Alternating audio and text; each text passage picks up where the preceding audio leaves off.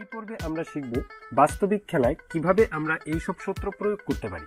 অর্থাৎ যদি প্রতিপক্ষ কোনো ভুল করে তবে কিভাবে চাললে শুরুর ভাগেই আমরা এগিয়ে যেতে পারি, অথবা যদি দক্ষ খেলোয়াড় হয় তবে কিভাবে আমরা তার সাথে তাল মিলিয়ে শুরুর ভাগে নিখুঁতভাবে চালতে পারি। প্রথম উদাহরণ, কিংস পন ওপেনিং।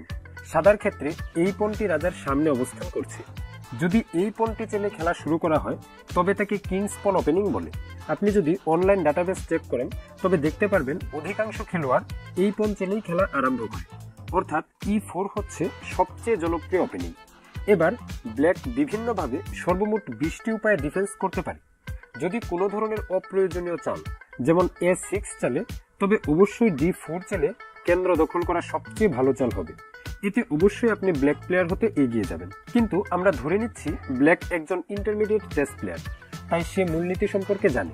সে কেন্দ্র দখল করার জন্য E5 চালল। এখন দ্বিতীয় চালে D4 চালে কেন্দ্রের উপর কেবলমাত্র নিজের নিয়ন্ত্রণ রাখতে পারবেন না, ক্যাপচার করতে পারে। তাই এখন উচিত সিদ্ধান্ত হবে দ্বিতীয় সূত্রের উপর মনোযোগ দেওয়া, ডেভেলপমেন্ট। ঘোড়ার ডেভেলপমেন্ট প্রথমে করাই ভালো। তাই এই ক্ষেত্রে নাইট F3 হচ্ছে নিখুঁত দ্বিতীয় চাল। এবারেও ব্ল্যাকের হাতে অনেক অপশন আছে, কিন্তু ব্ল্যাকের এখন E5 পনকে সাপোর্ট দিতে হবে, যেহেতু নাইট দ্বারা E5 পন আক্রান্ত আছে। ব্ল্যাক F6 চেলে সাপোর্ট দিলে তা সাংঘাতিক ভুল হবে। কিভাবে? Knight cross E5, F cross E5, queen H5 check. G6 চাললে কুইন ক্রস E5 চেক এবং রুক ক্যাপচার করা যাবে। কিং E7 চাললে queen cross E5 check, king F7, bishop C4 check. King G6 চাললে 11 চালের মধ্যে চেকমেট দেওয়া যাবে। যেহেতু এই পর্বে কেবলমাত্র ওপেনিং সম্পর্কে আলোচনা করা হবে, তাই বিস্তারিতভাবে দেখানো হবে না। ভিউয়ার নিজে চেষ্টা করবেন। মোট কথা, এখান থেকে সহজেই বিজয়ী হওয়া যাবে। যদি ব্ল্যাক প্লেয়ার বিশপ D6 চেলে পনকে সাপোর্ট দেয় তবে লাইট স্কোয়ার বিশপ বের হতে পারবে না, তাই এটিও ভালো চাল হবে না। এই অবস্থায় ব্ল্যাক প্লেয়ার সাধারণত D6 বা নাইট C6 চাল দিয়ে থাকে। তারপর normal development, bishop C4, bishop C5, castle. লক্ষ্য করুন, হোয়াইট প্লেয়ার কেন্দ্র নিয়ন্ত্রণ, রাজার নিরাপত্তা নিশ্চিত করেছে, অর্থাৎ নিখুঁতভাবে ওপেনিং করে ফেলেছে। এখন ব্ল্যাক প্লেয়ার যদি নাইট F6 চালে তবে নর্মাল ডেভেলপমেন্টের মাধ্যমেই ওপেনিং শেষ হবে। কিন্তু যদি ব্ল্যাক প্লেয়ার আবার নাইট E7 চালার মতো ভুল করে তবে নাইট G5, F7 পনকে দুটি পাওয়ার দ্বারা আক্রমণ করা হয়েছে। কালো ক্যাসলিং এর মাধ্যমে তা প্রতিরোধ করতে পারবে না। যদি ক্যাসলিং করে তবে কুইন H5, H7 ঘরে চেকমেট থ্রেট আছে। সঠিক উত্তর হচ্ছে H6। তারপর নাইট ক্রস F7।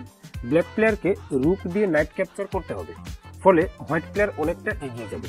আর যদি কুইন E8 চালে নাইট ক্যাপচার না করে তবে চেকমেট হয়ে যাবে। কিভাবে? Knight cross E6 double check, king E7 বা কিং H8 যে ঘরেই যাক না কেন night F7 check, king G8, তারপর কুইন E6 চেকমেট। যদি ব্ল্যাক প্লেয়ার অন্যরকম কোনো ডিফেন্স করে G6 চালে তবে সাধারণ সূত্র মেনে চাল দেয় ভালো, অর্থাৎ D4, bishop G7, night C3 ইত্যাদি। মোটামুটি কয়েক চাল পর্যন্ত এই হচ্ছে কিংস পন ওপেনিং। এভাবে চাললে কালো যত ভালো খেলোয়াড়ই হোক না কেন সাদার কোনো ক্ষতি করতে পারবে না, বরং ভুল করলে কালো নিজেই বিপদে পড়বে। এখন আমরা কালোর দিকে কিভাবে নিখুঁতভাবে ওপেনিং করতে হয় তা দেখব। ইতিমধ্যে আমরা জেনেছি কিংস পন ওপেনিং এর বিরুদ্ধে E5 চাললে কোনো সমস্যা নেই। তারপর নাইট ডেভেলপমেন্টের পাশাপাশি পনকে সাপোর্ট দিতে নাইট C6 চালাই ভালো। কোনোভাবেই F6 বা বিশপ D6 চালা যাবে না। তারপর বিশপ C4 এর পর নাইট G2 E7 চালা যাবে না। নাইট F6 চালা যায়, তবে বিশপ C5 চেলে বিশপ ডেভেলপমেন্ট করাই ভালো। এভাবে সূত্রত্ব মেনে ওপেনিং করা যায়। এতে সাদা কোনো ক্ষতি করতে পারবে না। কিন্তু যদি হোয়াইট প্লেয়ার কিছু ছোট ছোট ভুল করে তবে ব্ল্যাক প্লেয়ার কিছু লাভ উঠাতে পারে। যেমন E4, E5, night F3, night C6 এরপর হোয়াইট প্লেয়ার বিশপ B5 চালতে পারে। উদ্দেশ্য হচ্ছে নাইট ক্যাপচার করে E5 পনটি ফ্রিতে ক্যাপচার করা। কিন্তু এতে চিন্তার কোনো কারণ নেই। E5 পনকে সাপোর্ট না দিয়ে বিশপ ডেভেলপমেন্ট করাই ভালো। যদি হোয়াইট প্লেয়ার নাইট ক্যাপচার করে পরবর্তী চালে নাইট ক্রস E5 চালে তবে প্রথমে bishop cross F2 check, king cross F2, তারপর কুইন D4 চেক দিয়ে নাইট ক্যাপচার করা যায়। গুটি সমান সমান, কিন্তু হোয়াইট প্লেয়ারের রাজা নিরাপদে নেই। হোয়াইট প্লেয়ার ক্যাসলিং করতে পারবে না, অর্থাৎ ব্ল্যাক প্লেয়ার সহজে আক্রমণ করতে পারে। আবার কেবলমাত্র দুর্বল খেলোয়াড়দের সঙ্গে কালো গুটি নিয়ে খেলার সময় শুরুর ভাগে কিছু গেমবিট দেওয়া যায়। ব্ল্যাকবার্ন শিলিং গেমবিট এদের মধ্যে অন্যতম। E4, E5, night F3, night C6, bishop C4 এর পর নাইট D4 চলে E5 পনকে ফ্রিতে অফার করা যায়। যদি হোয়াইট প্লেয়ার E5 পনকে ক্যাপচার করে তবে সে ফাঁদে পড়তে পারে। এই গেমবিটকে ব্ল্যাকবার্ন শিলিং গেমবিট বলে।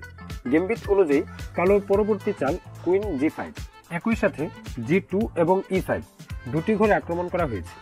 এই অবস্থায় হোয়াইট প্লেয়ারের ভালো চাল হচ্ছে ক্যাসলিং করা, কিন্তু সাধারণত এই অবস্থায় হোয়াইট প্লেয়ার ক্যাসলিং না করে অন্য কোনো চাল যেমন নাইট ব্যাক করে অথবা f7 পনকে ক্যাপচার করে। যদি নাইট ব্যাক করে তবে কুইন ক্রস জি2, পরের চালে রুক ক্যাপচার করা যাবে। রুক জি1 চাললে knight cross f3 check, king E two, knight cross G one check ইত্যাদি। রুক f1 চাললে knight cross f3 check, king E two, knight d4 check ইত্যাদি। নাইট ক্যাপচার করলে প্রথমে রুক ক্যাপচার করে তারপর নাইট ক্যাপচার করা যাবে। ফোর্সিং মুভ, হোয়াইট প্লেয়ারের এর বাইরে যাওয়ার কোনো সুযোগ নেই। আবার এই অবস্থায় নাইট দিয়ে f7 ক্যাপচার করলেও কুইন ক্রস জি2, পরের চালে রুক ক্যাপচার করা যায়। White player night cross h8 এর মতো সাংঘাতিক ভুল করলে চেকমেট নিশ্চিত। কিভাবে? Queen cross h1 check, bishop f1, queen cross e4 check, bishop e2 চাললে knight cross c2 check, queen দিয়ে ক্যাপচার করতে হবে, না করলে কিং f1, অন্য কোনো চাল নেই। তারপর queen h1 checkmate. Queen e2 চাললে নাইট দিয়ে সরাসরি কুইন ক্যাপচার করা যায়। যদি রুককে বাঁচানোর চেষ্টা করে অর্থাৎ রুক f1 চালে তবে queen cross e4 check, bishop e2 চাললে নাইট f3 এবং বিউটিফুল চেকমেট। রাজার যাওয়ার মতো কোনো জায়গা নেই এবং ঘোড়াকে ক্যাপচার করা যায় না, বিশপ পিন করা আছে, অর্থাৎ নৌকা বাঁচাতে চাইলে অবশ্যই রানীকে বলি দিতে হবে। অর্থাৎ নাইট দিয়ে f7 পন ক্যাপচার করলেও হোয়াইট প্লেয়ার পরাজিত হবে। বিশপ দিয়ে ক্যাপচার করে চেক দিলে অবস্থা কেবল এক চাল পিছানো ছাড়া অন্য কোনো বিশেষ লাভ হবে না। আবার অনেক সময় ব্ল্যাকবার্ন শিলিং গেমবিট অ্যাকসেপ্ট করার পর হোয়াইট প্লেয়ারকে নাইট জি4 চালতেও দেখা যায়। নাইট জি4 চাললে d5, একই সাথে বিশপ এবং নাইটকে আক্রমণ করা হয়েছে, অর্থাৎ ডাবল অ্যাটাক। হোয়াইট প্লেয়ার যে কোনো একটি গুটিকে বাঁচাতে পারে। বিশপকে বাঁচালে নাইটকে হারাবে অথবা নাইটকে বাঁচালে বিশপকে হারাবে। মোটামুটি এই ছিল ব্ল্যাকবার্ন শিলিং অ্যাটাকের গল্প। শিক্ষণীয় বিষয় হচ্ছে শুরুর ভাগে অবশ্যই বিচার বিবেচনা না করে কোনো গুটি ফ্রিতে ক্যাপচার করা উচিত নয়। পরবর্তীতে টেনিসন গেমবিট শেখার সময় এই শিক্ষাটি অনেক কাজে লাগবে। যা হোক, আশা করি দর্শক সাদা গুটি নিয়ে খেললে কিংস পন ওপেনিং এর মাধ্যমে নিখুঁতভাবে ওপেনিং করতে পারবেন এবং কালো গুটি নিয়ে খেললে সফলভাবে কিংস পন ওপেনিং এর ডিফেন্স করতে পারবেন। পাশাপাশি যদি প্রতিপক্ষ কোনো ভুল করে তবে অবশ্যই তার শিক্ষা দিতে পারবেন।